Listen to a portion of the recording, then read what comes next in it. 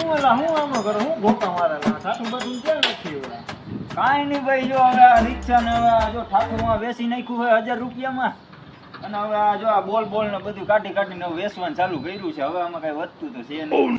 Diesel ના બધે ભાવ વધી ગયા છે. તો તમને શું ભાઈ અંદરથી આમ કેવી ફિલિંગ આવે? ઠાઠુમાં વેચ દીધું, આ ટીપી સાયા પડી. હવે અંદરથી તો મને એવી ફિલિંગ આવે છે કે હું હવે જિંદગીમાં બહુ ખુશ છું એમ, કે મને આમ મજા આવે છે કે હવે એક વસ્તુ વેચવાનું ચાલુ કરી દીધું છે. હવે છેલ્લા બધું વેચી જ નાખવાનું છે.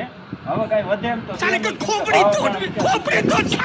સરકારે ભાવે એવડા કરી દીધા છે, જાણે આપણો ફાયદો કરી દીધો છે ટૂંકમાં. જે પેલા 55 રૂપિયા ભાવ આવતો હતો ને, તો અટાણે આપણે 92 રૂપિયા કરી દીધા. બહુ સારી સરકાર, એમ કઈ વાંધો નથી આપણે, પણ હું ખુશ છું. હું જિંદગીમાં બહુ આમ આમ દિલને આમ સુકૂન મળે છે અટાણે. તો એમ થાય કે હવે એક વસ્તુ કરીને વેચી નાખું બધું. એટલે હું ભાઈ આમ ડીઝલ પેટ્રોલના ભાવ વધી ગયા બરોબર છે, તો હું કઈ ભાડા તમને પૂછતા નથી આવતા? ડીઝલ પેટ્રોલના ભાવ હજી આનાથી વધારે ચડી જાય એવું તમને કઈ મનમાં એવું લાગે છે?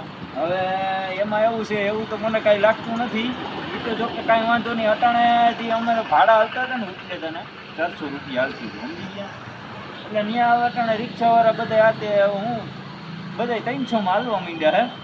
એટલે હવે મેં કીધું હવે એક કરીને વસ્તુ વેચી નાખી અને છેલ્લે રિક્ષા ભંગારમાં દઈ દેવાની છે. એટલે આપણે હવે કાંઈ આગળ વધવાનું થતું, પણ હું ખુશ છું, બહુ ખુશ છું, એમ કાંઈ વાંધો નથી.